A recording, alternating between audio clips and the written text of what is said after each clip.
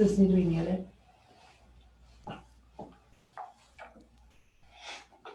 Should be live. We are live. Hello, everyone. Welcome in, everybody who is tuning in as we speak. Welcome to the very first. We finally did it, guys.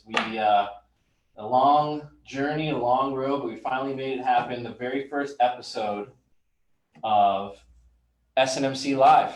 That's right. Thanks for making this happen. So as we are live and people are joining in, we will go ahead and introduce ourselves a little bit for the people that don't know who we are. So first, I'll introduce the show. How about that? So SNMC Live, it came from wanting to really for us here in the East Coast region of Security National Mortgage Company, really wanting to showcase our company culture, showcase our people. You know, the people kind of make us who we are at Security National. We have a national hashtag called More Than a Mortgage, and kind of building off that, that's kind of where the show came from, to showcase our people, who we are, what we're all about. Yes, we do mortgages, but we are more than that. So that's where this show kind of originated from, and that's why we're here today. So we'll go through some quick introductions. We got the whole crew here. So first, my name is Andrew Gatis, and I am the Regional Director of Marketing here for the East Coast region. And my co-host today, we have Mr. Gerardo Sierra with us, marketing specialist working here in our region, behind working the ones and twos, the producer of the show. On the board, we have Miss Autumn Cooney, who is a marketing specialist. We call her the social media guru. She's behind the scenes. Autumn, you want to say hello out there, everyone? Hello. Hopefully you guys heard her there. And then, so we are very grateful and lucky to have as our first guest of SNMC Live, Mr. Alex Cardenas. And he is the regional manager for the East Coast region here of Security National Mortgage Company. He's located over in Lake Mary, Florida, which is the Orlando area. That's kind of where our regional headquarters offices are, out there in Lake Mary. So Alex, thanks for joining us. How you doing today? Thank you. Thanks for having me. Glad to be a part of your first episode. Yes. Much more success. Awesome. So really what we wanted to do today is really just kind of get to know Alex a little bit better.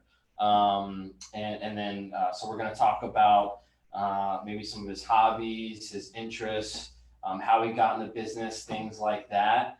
And then we're also, at the end of the show, we're going to have a little fun. Autumn's got a nice little game, trivia, I believe, set up for us. So that'll be fun. We don't know the question, so it's Right. all a surprise for us. So Yes, it's going to be fun. I'm going to challenge you guys today.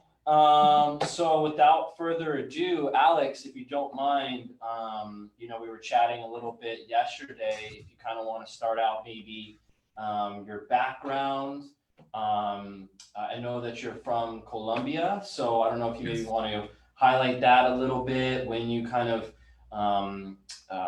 moved over to the Orlando, Lake Mary area, if you maybe want to highlight that a little bit. So what's interesting is I've never actually lived in Lake Mary. I think I've worked there most of my life here in Central Florida. But I came from Colombia when I was 4 years old. So I don't have an accent anymore, obviously. That kind of went away over time. What I do have right now is a sort of a strained voice. So I apologize if I can't really, if I can't communicate that well. I'll try to do the best that I can. But yeah, I've been in Central Florida, mainly the St. Cloud Kissimmee area, ever since I was four. I actually didn't move into Orlando until a few months ago. But it seems like even before Security National, most of my jobs were in Lake Mary. So now, as a regional manager, and even when I was a loan officer and branch manager, was off from the Lake Mary office. Awesome. And then you went to school, right? You're a UCF Golden Knight, right? That's your I suppose I did go to UCF. And the reason I say I suppose is because I don't really, I hope this doesn't get me into trouble. I don't know who at the time, I definitely didn't know who our mascot was. I was a single father going to school. And so I didn't really have time to understand who our school rivalries were and who the mascot was and who we were allowed to and not allowed to be friends with because of the college that we were going to. But I did find out later, maybe even recently, that there's a mascot named Nitro. Go Knights. That's right, yeah. And I went to USF, so we Oh, we have a little Yeah, problem here there. That's right. That's a big time rivalry. Yeah, absolutely. Are they rivals really? Yeah. Oh, yeah. It's so they have a trophy. Is it like a competition of who has the best beach? Because we don't have one. No, it's actually on. It's sports related. Mhm, It's so there's a trophy they call it the War on I-4. mhm. The war on And- I-4. Yeah, Yeah, the trophy is a sign. It's literally one of those interstate signs. Uh, Trophy, and so Wait. it's like football, basketball, all the sports. so you're saying it's called the war on I-4? Yes, That explains all the potholes and construction going on. Thank you. that's right. Yeah. Did you wanna? Alex, I'm actually, why don't we go on how you got into the mortgage and real estate business? Oh yeah. So when I was born, 2 months later, got my license, and it's been mortgages ever since. That's great.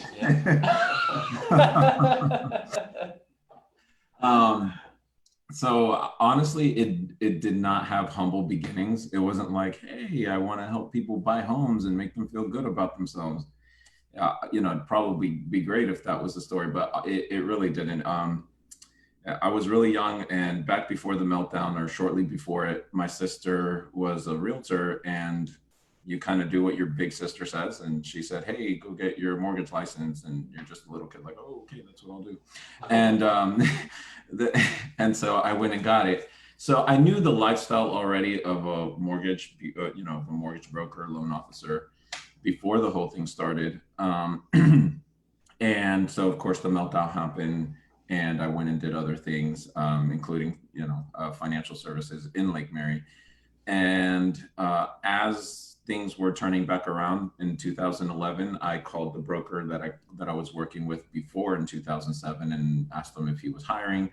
And I went back that way. And really, I wanted to go back because I've always loved finance. Just the idea of whether it's financing a home, cars, I've always really liked that idea. And so it started from the lifestyle of, okay, I knew you could get paid, really well. I knew it was a good lifestyle. It was flexible hours. I knew all of those things about the lifestyle. And so, like I said, it wasn't really humble beginnings. It started off a little bit more selfish. Like I can do this and have a comfortable lifestyle. Mm-hmm. But as I kept originating loans, and this is as a loan officer, still learning, or actually I started off as a processor and started learning origination. I started pulling credit for clients that weren't wealthy. So, and usually, of course, you can't really tell, I'm Hispanic. So I would get a lot of Hispanic borrowers, and I started to appreciate how much, and by appreciate, I mean really evaluate how much our Latin community doesn't really understand the financial aspect of this world. And what have you, whether you agree or don't agree, of how our financial institution exists. That's, you know, an argument for somebody else. I'm not going to sit here and try to change that, at least not now. But I do know that this is the world we live in. So you need to understand finance if you want to build wealth, if you want to buy a home, finance a car, student loans, you know, personal debts, whatever you want to do. It's all revolved around finance. If you're going to do it, and there's a smart way of doing it, right? So, you know, just like anything else, if you do too much of it, if you have too much of it, it's going to be bad for you, whether it's food, you know, lifting weights, what have you. If you're doing one thing specifically, it's going to be bad. And it's the same thing with finance. And there are clients that I came across that either didn't do enough of it or did way too much of it, and they didn't understand that balance. For me, obviously, I can communicate more clearly and gain the trust from a Latin community, but it didn't really have to do with, oh, I only want to help Hispanics. It started to morph into a thing like, you know, there's a lot of people that don't understand how to take care of your credit, how to build that wealth. And it didn't have humble beginnings getting into the mortgage business, but as I started to learn more and more, I started to understand people just aren't educated in that, and we can teach them as they're buying a home. So as I was doing that, then it became a thing. Well, you know, hey, you're a branch manager now, and you know, eventually into regional manager. So now my job is I want to hire people and bring on people that can then go back and teach that to clients. So I'm not just helping one client at a time. Now it's a thing like, you know, we can all have a piece of this, and we can all do it in a reasonable way without getting into too much debt. So, you know, I got into it for not necessarily the right reasons, but I'm staying in it because I do want to make a difference. I want to make a change for, you know, people who don't understand that you could build financial wealth using financial instruments and loans if you're doing it the right way. Is that the area that you enjoy and love the most about the business? I think you mean as far as training or talking or educating people and guiding them through the whole process of being in a better place? So what's unique about my position, right, is I don't deal with a lot of clients one-on-one the way I used to. Every now and then I still do. But I think the greatest thing about my position now is I can teach other loan officers or salespeople what they should be teaching their clients and how they should engage their clients. And so if I'm training 3 or 4 loan officers, new loan officers, I'm saying, because of course the team is bigger, but if I'm training 2 or 3 new loan officers to come and teach the philosophy of Security National and even impart the wisdom that I have, now it's not just 3 loan officers, it's their clients. So if they each have 3 or 4 clients a month, then it's 3 or 4 more clients. So now it's 12 clients a month that I'm reaching instead of, you know, just a few that maybe I was touching before. So that's really where I feel the best value that I add on. That's great. Yeah, and you know, just to go back a little bit to some of the points you were kind of making, you know, me and Autumn talk about this often as well, and you know, there's a lot of financial education that kind of needs to go on out there in the world, because you know, they don't necessarily teach it. You know, they don't teach mortgages in school. They don't necessarily teach, you know, in regular school. Maybe if you go on to college and things like that, you can specialize and learn more about it. But you know, for a lot of people, it's not something that's always on the top of their mind. And it's like me and Autumn talk, like we work in a mortgage company, so we're around it. We're around realtors. We're around people like Alex, and we're thinking about stuff all the time. But for a lot of people out there, they may not realize, you know, how this can help them generate and build wealth, you know, long term. So just to kind of build off your point there, I think that's really cool. So yeah, and in and of itself, that's kind of a challenge, right? Because you know, when I was in my 20s, putting any social media aside, it's, you know, building wealth isn't something that's really appealing. You know, you're not gonna sit down and play a video game of how to build wealth, right? It's mainly these video games about war and what have you. Yeah. And you can't really put mortgages into TikTok. I don't, you know, I don't know a dance move for mortgages.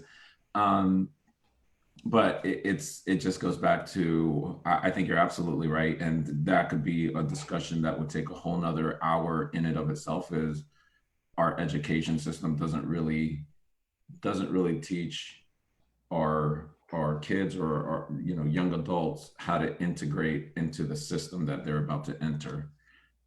So being that there's that lack, that's kind of where I instruct our loan officers to, hey, really be that advisor, and not just a mortgage officer. Be a little bit more than that.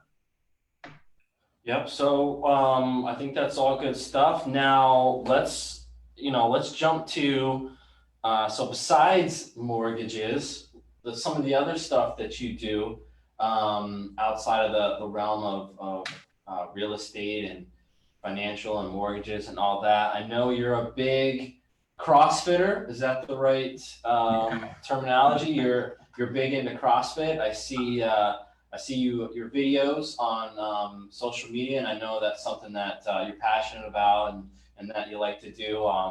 How long have you been doing CrossFit, and kind of maybe what are your thoughts? Do you do competitions? I know there's competitions and stuff like that. Every now and then. I am not by any means like one of your elite athletes. I do it.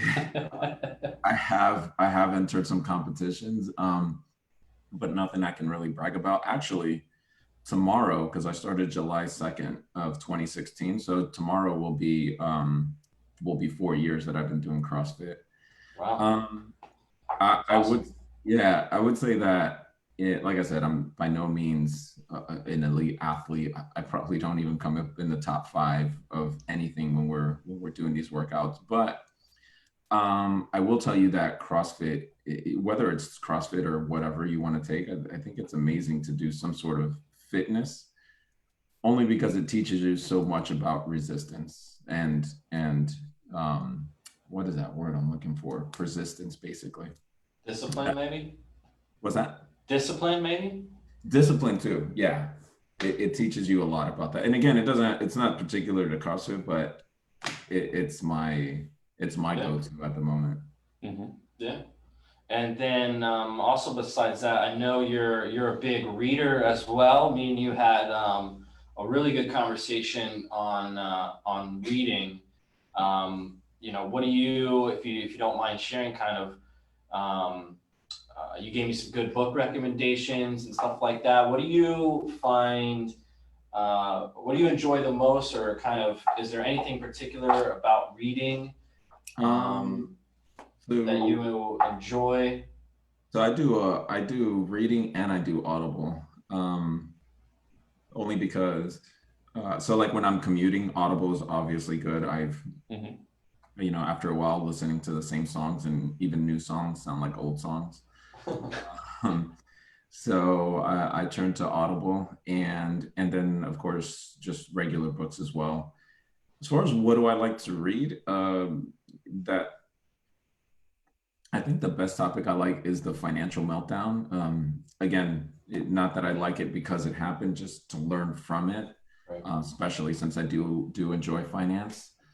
But I think financial history for me, I can't really digest a whole lot of self-help books, only because they all tend to sound alike after a while, and they all have whatever, Right. the 5-second rule, or Yes, that's right. We were talking about that the other day. yeah, mind what you're thinking, or good to great, and whatever. I'm sure they're all good books for people who have read it, but after you read the first 2 chapters, you're like, well, okay, well, I get what you're saying, and then you got like another 30 chapters to read, and it's like, okay, we need some new information here. But I like history more than anything.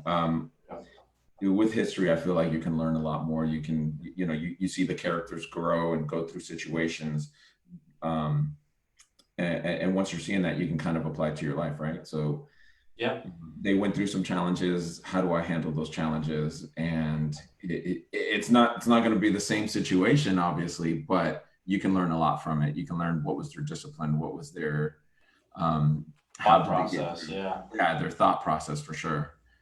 So a lot of history books is really, and it could be history on anything. I recently read one actually on the 1918 flu, And, you know, that's just because I wanted to learn and see how similar are the events that unfolded back then to right now. But Yep. it's a history. That's very interesting. And I just hopped on Audible myself, and you gave me some ideas for my next book. So I'll be checking that out. What are you reading? What am I reading? Well, I just finished the 5-second rule that we talked about. And then I'm a big sports guy. So I was, me and you talked about, you read some books about Michael Jordan and the Chicago Bulls. Right. So I have those. I kind of wanted something on Tiger Woods. So I'm looking through that. And then I forget the other recommendation you gave me. Kobe Bryant. It was Kobe Bryant, and then there was it was a history. I thought it was a history. Oh, the 13 days that it 13 was 13 days Cuban Missile Crisis. Yes. Yeah, I like that book a lot, or at least I've listened to the audiobook a couple times. Yeah, whatever. You there's the political aspect of it, of what he should or shouldn't have done and all that. But what I really like about that is, one wrong move and so there weren't really lines of communication. There were some like back channels communication. And then there's also, if you move your ships to one area, that could be considered a threat. And if these people are coming, it's just, as you read the book, there's just so much dynamics to it. And to me, it was really about communication and the messages that you sent out.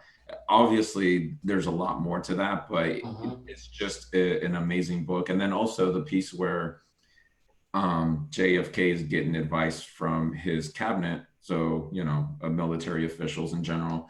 And it goes through the thought process of JFK of, how do you really digest that information that you're getting? And is it in the best interest of the goal that you're trying to serve?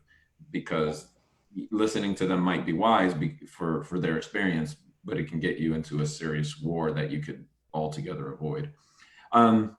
Obviously, I mean, not anytime soon. I can't imagine you're going to do anything that's going to cause us to go into war. No. And if you do, so. Andrew and Jerry, God bless you guys. Yeah. But the point being is just the same, right? If I make certain moves, I'm going to cause tension that may not be necessary. And maybe listening to the advice of my friends and parents may not always, while their heart is in the right place, it may not serve the best purpose for what your goal is. And that's kind of what I took away from the book. Yeah. So I got that on my list. So I got to carefully review my options and make my decision with the 1 credit. I get 1 credit, I believe, on Audible. So I got to make a good choice. So, but no, that's all good stuff. So, should we jump to it? Should we jump to I know we're coming up on about 30 minutes or so. So we got, let's jump to the game. She's getting ready. Yes, she's getting ready. Autumn looks like she's ready. So let's just have some fun. So we got, is this summer trivia, Autumn, or what we got? So I looked at our list and I felt like we could add some more questions to that. So what I'm actually going to ask you guys is some Florida trivia. Ooh. Okay. Oh, geez. So Great. all fun. So it's going to be multiple choice. I'll read the question and then you guys just let me know what you think and we'll see how well you guys know the Sunshine State. All right. All right. I'm a lifelong Floridian, so I need to.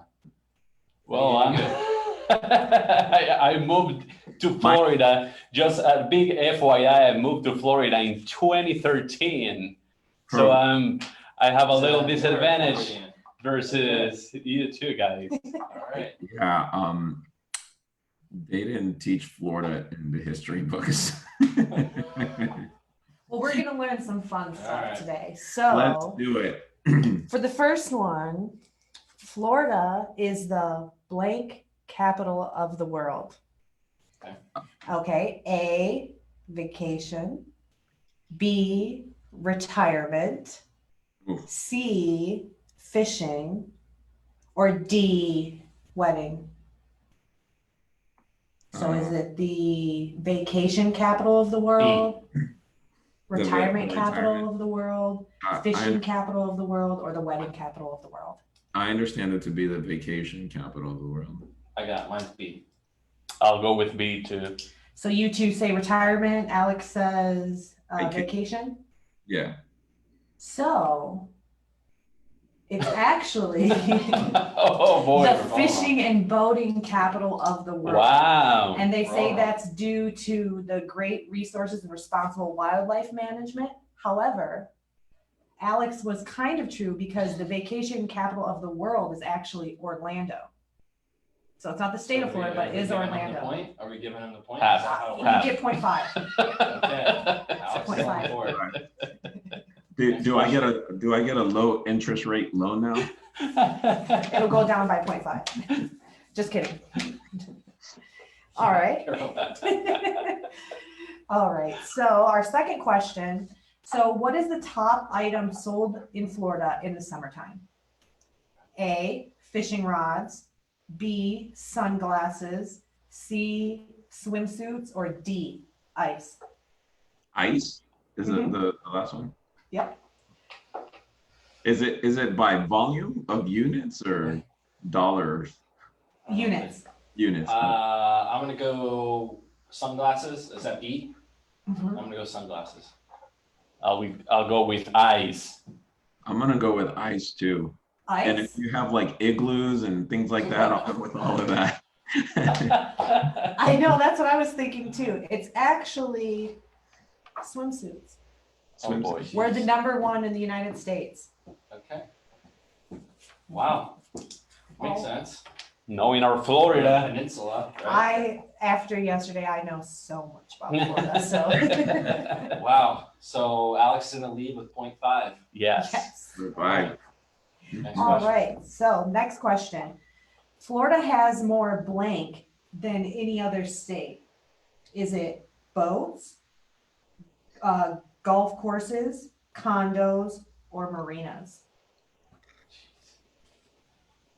I'm gonna go with golf courses. That's a good one. I will go boats. I'll go with marinas. It is golf courses. Mhm. We're the Wow. #1 for golf courses. I love Condos and marinas are actually New York. that. Yeah, I figured New York would have condos. I didn't think they would have the marinas, but okay. I know, I didn't either. I thought that was interesting. Wow. I don't know Alex what- is at 1.5. Wow. But yeah, well, there we go. It's up. Well, I mean, everywhere you drive, there's a golf course. Can't That's true. I can't go to a community without someone, trying to dodge one of those golf balls. I think there's like over 1,000, they said, in Florida. That's So true. it's- There's a lot. Wow. I know there's a lot around here, just in like Tampa, Pinellas County. There's a ton. all right, here's a good one. Okay. So, wherever you are in Florida, you are never more than 60 miles away from a what? A Publix, the ocean, an airport, or an amusement park? Man, these are tough. I'm gonna go with the beach. You said ocean, right? Ocean. Correct. I'll go with an airport. I'll go with amusement park. Alex for the win. Are It's you the serious? ocean. Yes. 60 minutes. Yep. 60 I thought you might miles. be trying to trick us or something. Hey, could you I imagine researched the other answers. You're on the phone with your friend, like, let's go to the beach. I'm like, look, I know it's not more than 60 miles away. We Yeah. will get there. It's a fact. I know this for sure.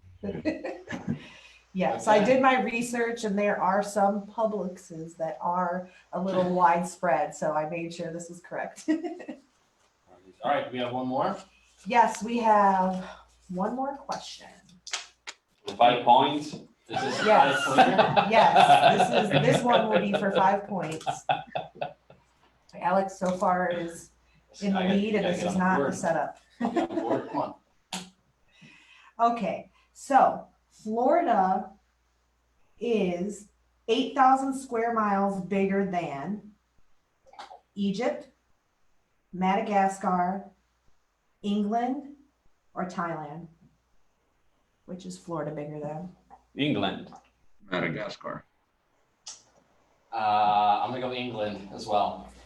All right, hosts, you guys finally got one. So Wow. England. I don't Board. feel bad without leaving with no points. We got a point. We got a point. Yes. So Congrats. All right. you guys know a little bit more about Florida. So what's the final tally? Alex 3.5. Yes. Alex 3.5. Congrats. You're the winner. We'll mail you the Trophy. trophy. Be on the Mail me my lookout. low interest rate credit. Yeah, we'll send that over to you. So be on the lookout. And I think that's all we got for today for the first episode. So thanks to everyone here, Jerry, Autumn, and thanks to Alex as well for being the very first guest. We appreciate you taking a little time, sharing some information about yourself, and it was and having a little fun. I think that was great. All right. Thank you guys for having me. Have a Yes, good one. All right. absolutely. Thanks for everyone out there joining, and we'll catch you next time.